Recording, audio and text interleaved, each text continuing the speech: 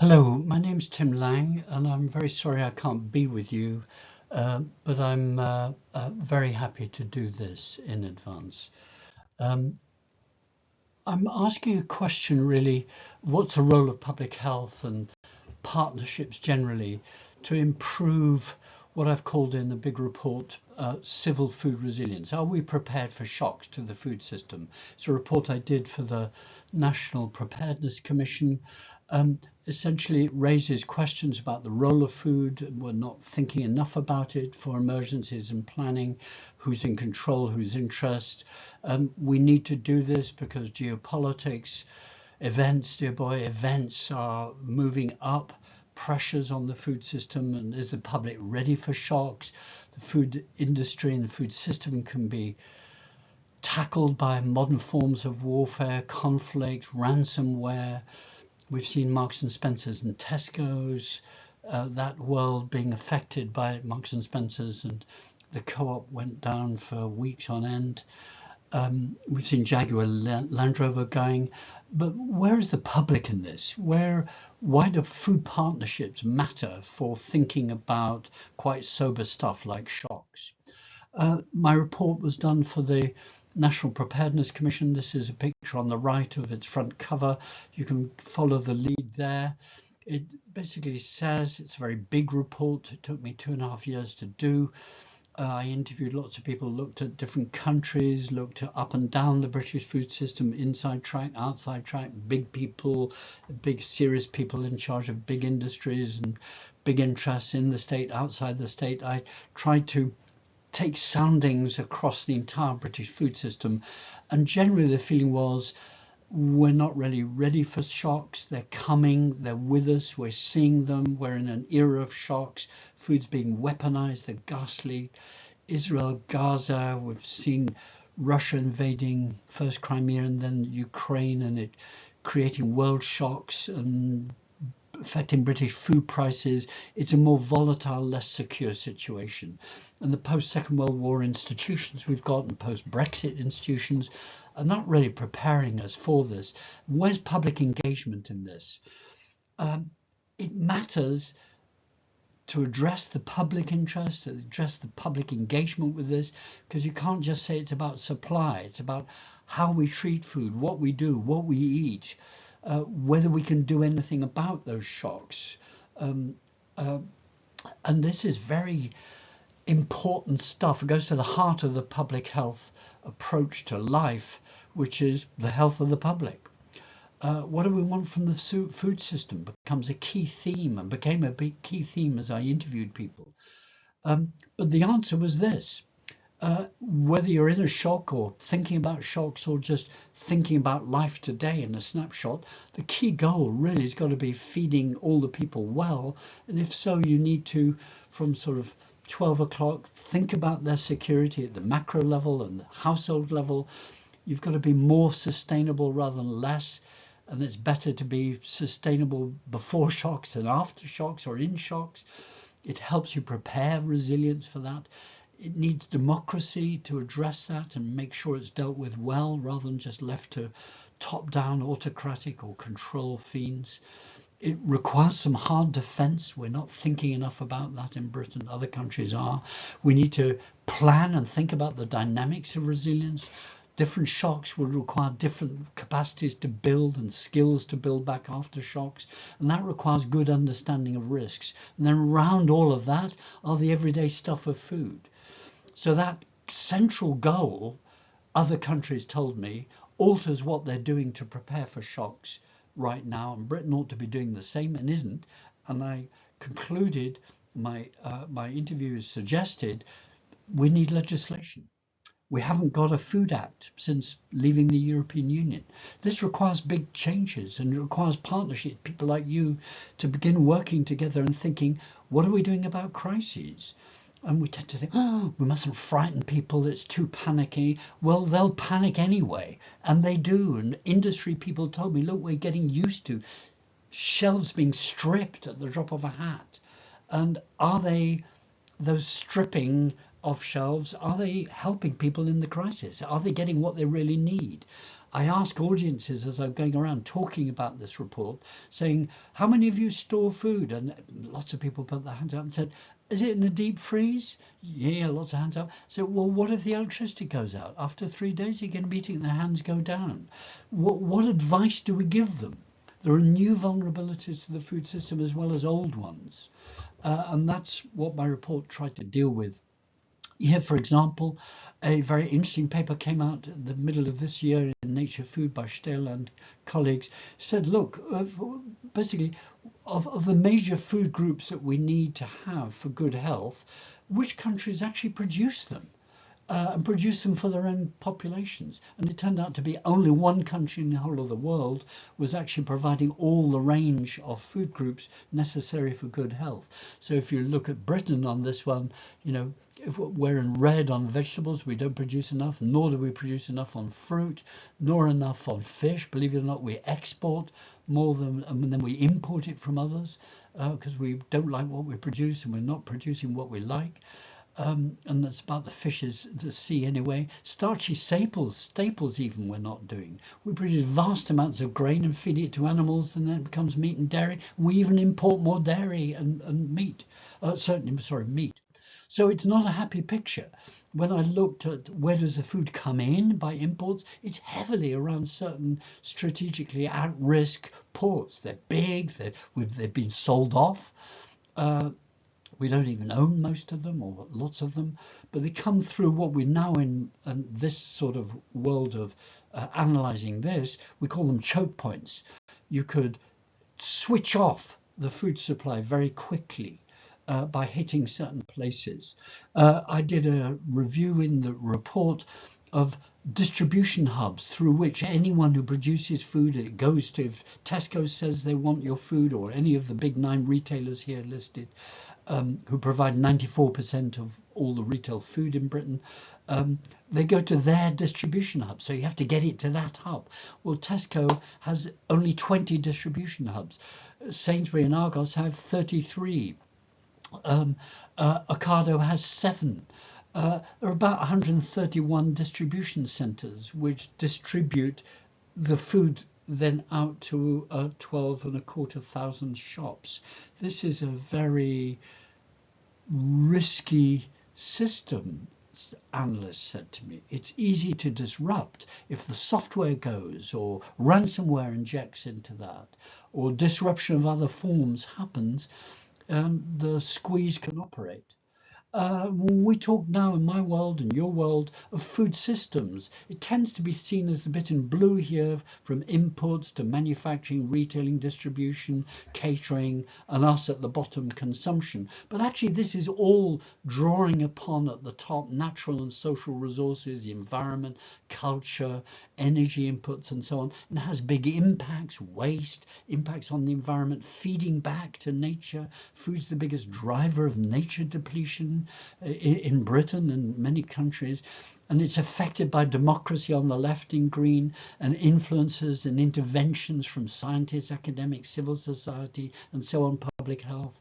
It's a complicated system. You can't pull one lever and say, we'll feed the people by doing this. It requires multiple levers. And that's why we now talk of being in a slow polycrisis of climate, inequalities within, between society, geopolitics, lock-ins to consumerism, public health, overconsumption, malconsumption, misconsumption, side by side with a small amount of adequate consumption. Distorted economics. This is a tricky, difficult world, and it's all serviced by just-in-time logistics, this seamless machine of efficiency, no storage, internet, cables in the sea, which is also the same form of warfare, by the way, now. And this is disruptable, and it is being disrupted. It's as though we've designed a system to operate brilliantly efficiently in a certain narrow definition of efficiency, when we need to be thinking more of diversity and so on. And we're turning again to thinking, in my report, I'm certainly turned to the notion of food defense. I go and look at who's thinking about food defense, and it's all about particular products or particular companies. It doesn't think as the whole system. being defended, or feeding the people as a form of civil food defense. I find that very interesting but shocking. And I think public health can inject that people intervention into the food system. And that element, sorry. And it means us to champion diversity, short as opposed to long chains, more diversity, more storage. Switzerland, a country I looked at, has 3 months of food storage. People laughed at it, said this is a waste of money. Now they're not laughing, and Switzerland's thinking even of having a debate about whether to raise that to 12 months of basic staples. And what do we want people to do in a crisis? What sort of crisis? Different crises require different things. We know abstractly, this is a great paper by Tandl and colleagues 10 years ago, we know what we mean by resilience, and it's neatly shown on the left here, of shocks, absorbing the shocks, reacting, restoring, building back, learning, building robustness, and dealing with outside stresses. There's a cycle you can model. And they said, well, look, you're more likely to be resilient if you've built a more sustainable food system in the first place. Absolutely true. But what's this got to say for ransomware or electricity outages or misinformation campaigns or all of those at the same time? What do we mean by resilience in the first place? It means different things to different people. Beginning my report, I go into that to try and clear the ground. An ecologist may mean what's in this graphic here. The system may bounce around in that curve at the beginning, but with a shock, go to somewhere totally different altogether. An architect doesn't use resilience, or a physicist, to mean that. An architect says the building's got to stay in the same place if a bomb drops on it or an earthquake happens. It wobbles, but they're designed to wobble but stay up. Psychologists use resilience in a very different way. Post-Second World War, the child psychologists had to deal with long-term traumas like we're going to get, already getting in Gaza, Sudan, and Ukraine. How do you rebuild someone's resilience to cope with everyday life? It takes decades. It's not suddenly can be done at a particular moment. The defense notion of resilience is having infrastructure, piling in the materiel, the equipment, more killing machines, more resources to be able to bounce back if you've been attacked. These are very different notions of the same little Latin-rooted word, resilio, meaning bounce back. So be careful what we mean, and I'm very, very clear in the report about what do we mean by civil. It's about feeding all the people all the time, even in shocks. Sweden's passing legislation to make that its duty. I agree with them. 1964, 62, the early 60s, the Rand Corporation was asked to look at telecommunications in the States. They said it's highly centralized. Here on the left, one hub, 20 spokes. I'm sufficiently old to remember you had to call up the telephone exchange. He said, well, what if we decentralize, have lots of exchanges so that if one is knocked out, others can pick up the pieces? And they said, well, why don't we get rid of exchanges and have a totally what he called distributed system? That was the idea of the World Wide Web. But actually now the World Wide Web is highly centralized. We go through gatekeepers, choke points of the Googles, the Amazons, the big high-tech players are actually now filtration points. It's not distributed. What do we do about public advice in this? Well, in my report, I looked at the 10 countries, studies we did, and here's on the left, you can't possibly read it. Germany gave advice for one person. What do they need to store for 10 days food, averaging 2,200 kilocalories per day? Latvia told me, they said, well, we expect if we're invaded by the Russians, God help us if that's us, that the government will have gone down. So they have a website. This is downloaded from a website, but they gave every person a pack of cards, not even just a booklet like Sweden's done. And it says, start estimating how much water you need. It started engaging the public in this.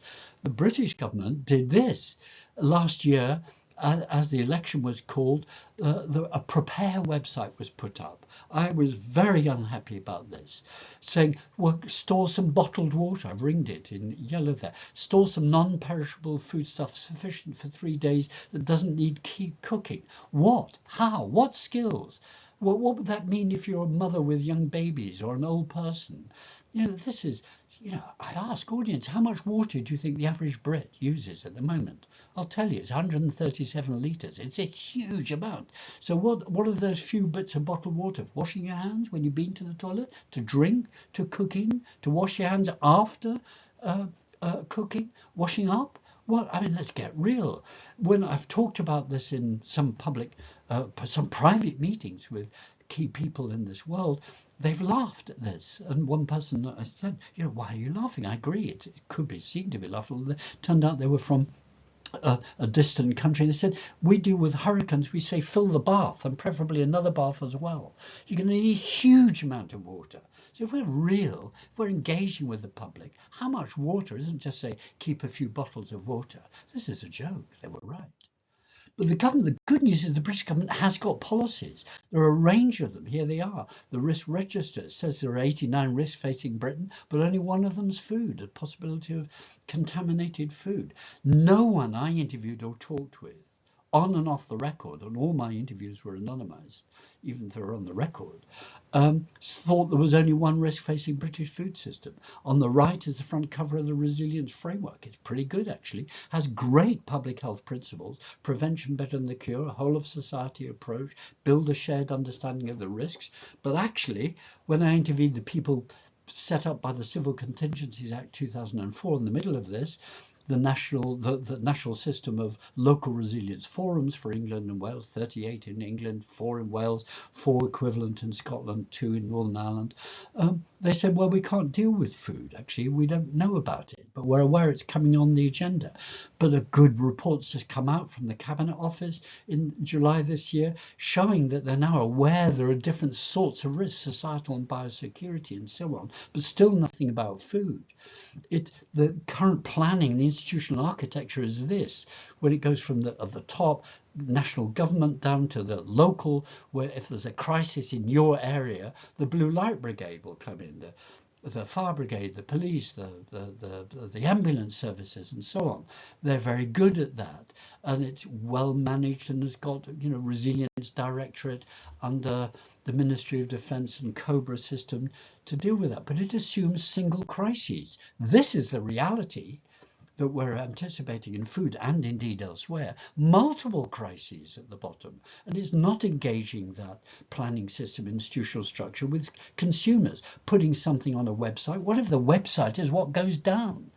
That's no good. You've got to have built up confidence, build capacities, build public engagement. We need a local, what I put at the bottom here, local civil infrastructure. And I recommended a local resilience committee system should really be put in to be alongside the Blue Light Brigade. They would like that. People who know in advance about food systems have begun to get people together and think about it. And some of this, my report shows, is actually beginning in Britain. The Sustainable Food Places, cities movement is really becoming resilience committees. Well, they need to be turned into that to plan for shocks and crises. And many excellent structures were suggested. My report goes into lots of detail if you're interested. Others are engaging with this, but is the UK? No, not adequately. At top level, a bit coming on, but not nearly enough across at all levels. But can we engage with the public? Could you do this? Ask yourself, what could your organization do with others to actually deal with this? When I look at public understanding, actually confidence in the food system is going down. This is from the Food Standards Agency. The Cabinet Office just produced a survey quite recently, fieldwork done in March and April after my report came out. The number one source of information, what you can do in a crisis for basic needs, is social media. Well, one could say, God help us about that. But you could say, which social media? How can we get it so that only a reputable source of information is actually to be trusted? This is a vacuum which is ripe for misinformation. I think we've got to be, my report says, my informant said, we've got to start building a Western food system based upon what if, not business as usual, but what if. The old order is fraying. The old order of anyone can eat anything, get anything they like. Oh, in a crisis, we'll just call on our phone and it'll get delivered by Deliveroo. Those days are over. We've got new choke points, new vulnerabilities. How do food systems change in the modern world? By crises. Yet we spend much of our time assuming people are rational, everything's these different models of change. I'm just gently saying shocks are a way of change. So how do we want to manage that change and prepare for that change? We know that people will change their diets after a heart attack when they've had a baby. If you like, that's not quite a shock, but it is business as usual goes and suddenly something's different. We need to be thinking like that and gently planning and engaging with people for how it could be, because the potential shocks are many. I'm not going to go into these. If you want to go and look at my report, you can see where they are. Many shocks happen because of mistakes, things going wrong. Someone pulls the wrong switch on a huge energy system. Social unrest, disinformation, pandemics, AI, bot attacks, ransomware, energy outage. There are lots of forms of and types of shocks, chronic to acute, slow burn to fast burn. Slow burns, we're getting used to shelves not being full. It's extraordinary. But what if it goes fast and then suddenly becomes fast burn? Sir David Oman's wonderful ex-head of National Cybersecurity Agency, his wonderful Penguin book on that. We've not really done enough about public reactions at all. You can't possibly see this, but in my report I go into different sorts of food vulnerability. What would they look like? What do we need from them? And so on. This is uncharted territory that people like us, you at the local level, could begin to have a food resilience committee that begins to look at these differences and say, are we prepared for this? What would it be like if it was that? It's called planning, actually. So what does this mean? What does it mean for what we already do, and what does it mean for the public? Where are we? I think it's clear. My report makes it clear food matters. We've been tweaking the food system, and it's little bits of change and good has happened, but it's largely in the wrong place. Unsustainability continues, yet the cost of living crisis affects everyone, affects workers like everyone, affects consumers like workers. Resilience isn't an individual problem. It's not me. I can store food. But what about my street? What's the community level? Could food banks become storage places? Could retailers start storing stuff instead of just permanently getting it to move fast through the just-in-time system? Can we use shocks and preparing for shocks to get good things to happen? Clearly, teamwork is needed for this. Partnerships are needed for this. So my thoughts to you are shocks are going to intensify the importance of food. They're slowly coming. Resilience requires us to think about optimums before the crisis. Foods take us as unions, as public health people, as unions of communities back to basics, ensuring that all of us are being thought about. It's not me, but us. There's much for us all to do. But it's all about this, the central goal of feeding everyone well. In a crisis, it makes you change what you think before and what we do before a crisis. Thank you very much indeed. You can write to me. I'm really sorry not to be with you. Good wishes. Please take planning for civil food resilience very seriously and do it around this. Bye-bye.